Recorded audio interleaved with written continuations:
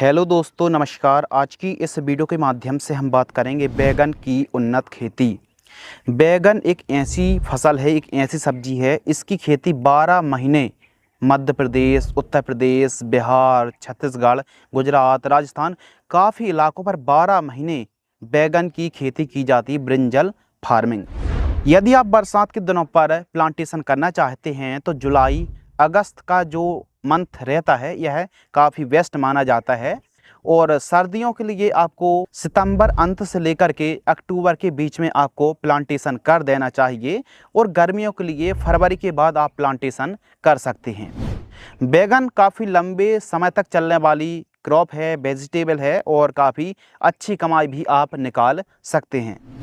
इसके दो पहलू हैं, एक तो पॉजिटिव भी है और दूसरा नेगेटिव भी है। पॉजिटिव ये है कि रेट अच्छा मिल गया तो सब ठीक बात है, और रेट कभी कभी नहीं मिल पाता है तो हो सकता है कि बैगन की जो रेटिंग है, मार्केटिंग है, ये करने में काफ़ी ज़्यादा समस्या आती है। तो वैसे यदि आप बैगन की खेती कर रहे हैं, जानकारी देना तो बहुत ज़्यादा इम्पोर्टेंट है, फर्स्ट प्रायोरिटी है।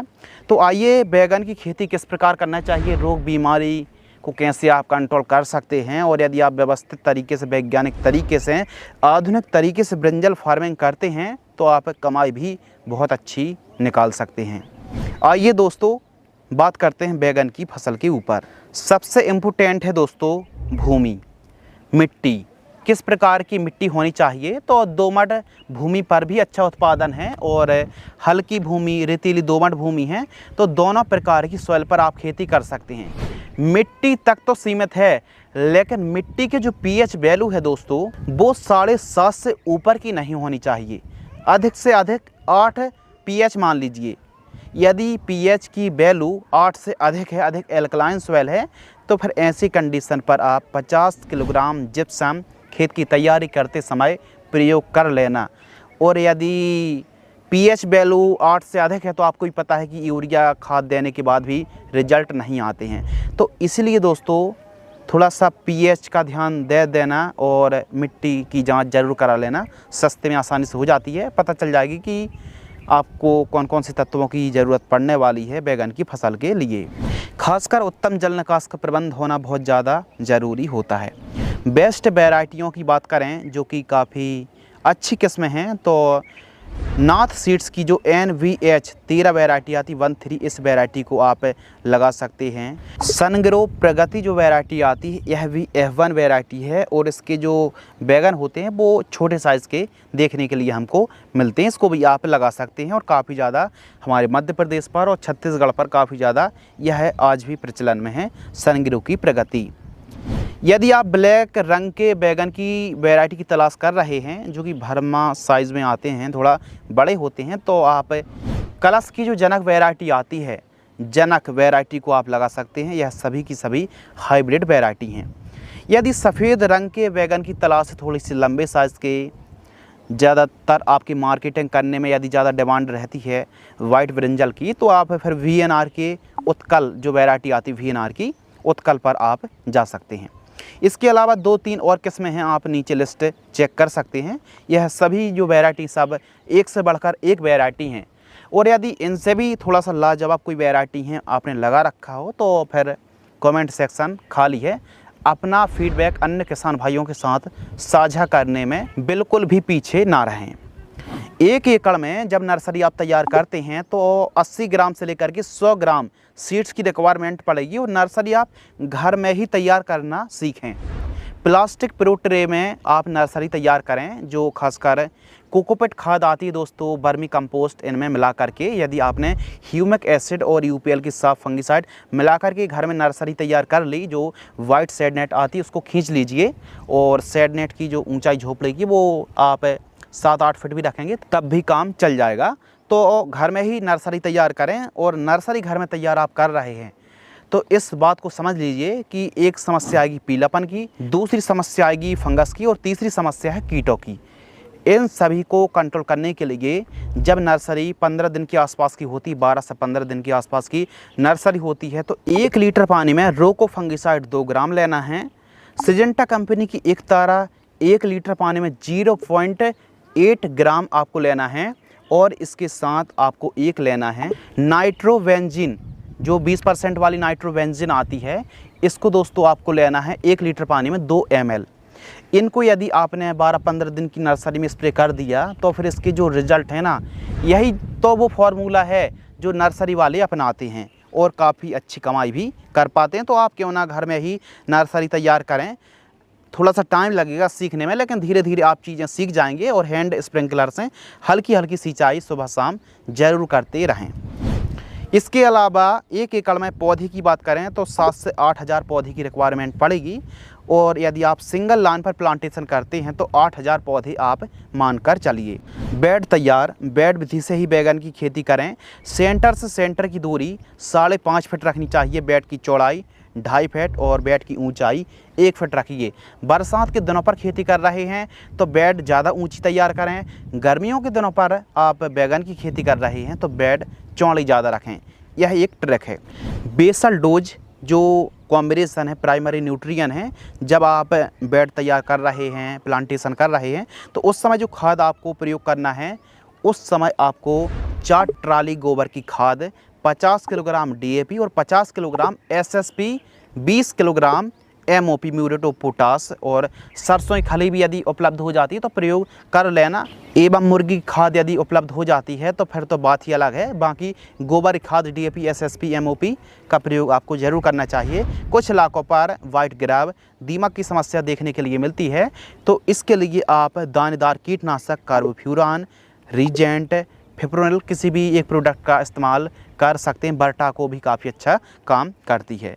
तो इस प्रकार आप खेत की तैयारी के बाद जो खाद है वो बनाकर रखिए। और यह जो बैगन है, पहले तो बहुत अच्छी तरीके से फसल तैयार हो जाती थी, लेकिन छोटी पत्ती रोग और जो वायरस जनित रोग बीमारी है, यह न केवल पहले तो करेले की फसल पर, मिर्च की फसल पर काफ़ी ज़्यादा आती थी, अब बैगन की फसल पर जो कर्लिंग वायरस है, छोटी पत्ती रोग है, वायरस जनित बीमारी भी अब बैगन की फसल पर भी लगातार हमको बढ़ती हुई देखने के लिए मिल रही हैं।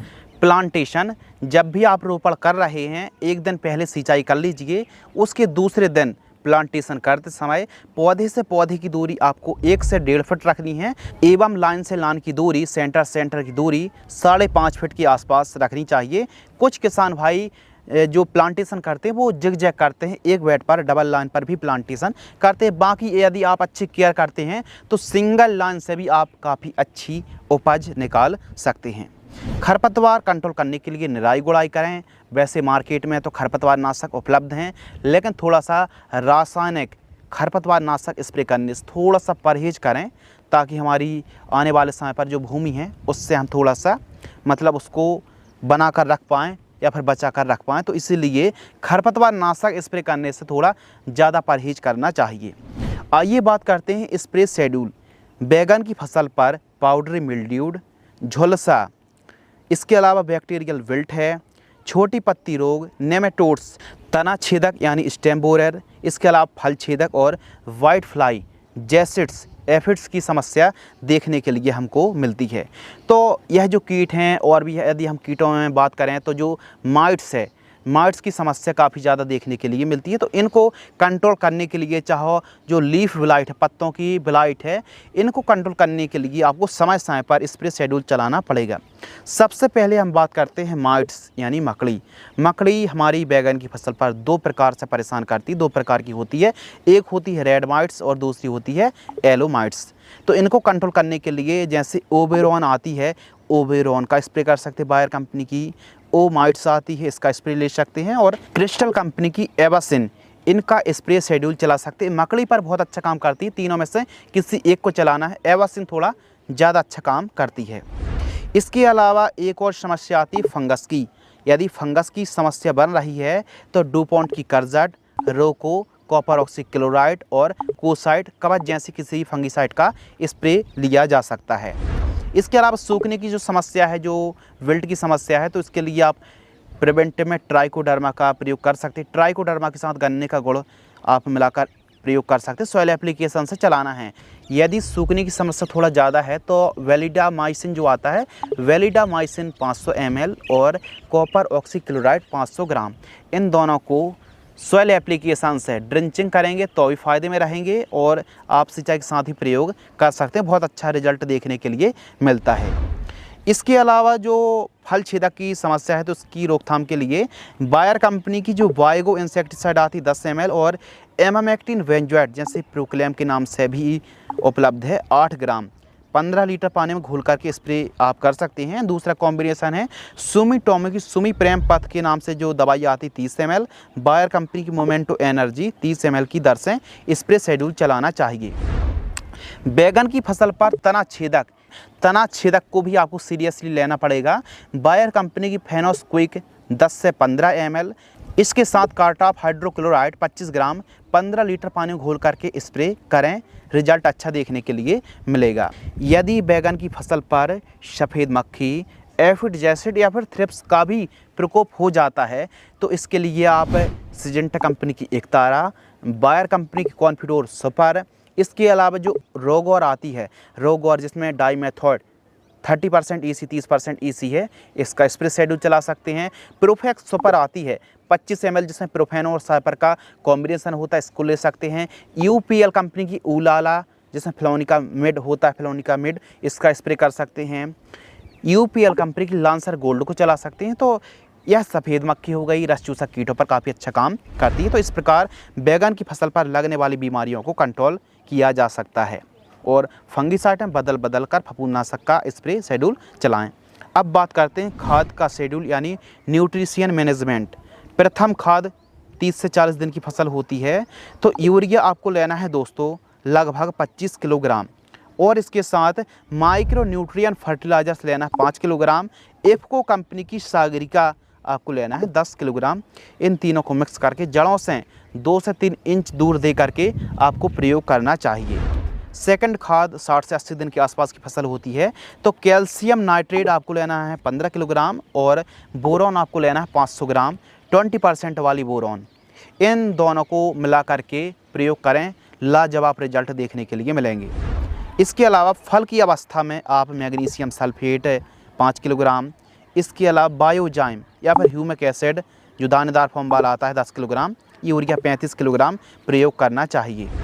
यदि पीलापन की शिकायत ज़्यादा हो तो कैल्शियम नाइट्रेट के साथ बोरॉन तो आपको चलाना ही चलाना है, इस चीज़ का ध्यान रखिए। बैगन के अक्सर जो किसान हैं वो कमेंट्स करते हैं कि हमने एक बार जब हार्वेस्टिंग कर ली तो फिर उसके बाद जो हमारी फसल है ना ऐसा लगता बहुत कमज़ोर हो गई या फिर जल्दी हार्वेस्टिंग कैसे निकालें, फसल को हरी भरी कैसे करें, फल फूल की संख्या जल्दी से कैसे लाएं। तो इसके लिए यदि शिकायत ज़्यादा है तो इसके लिए उपाय भी शानदार है।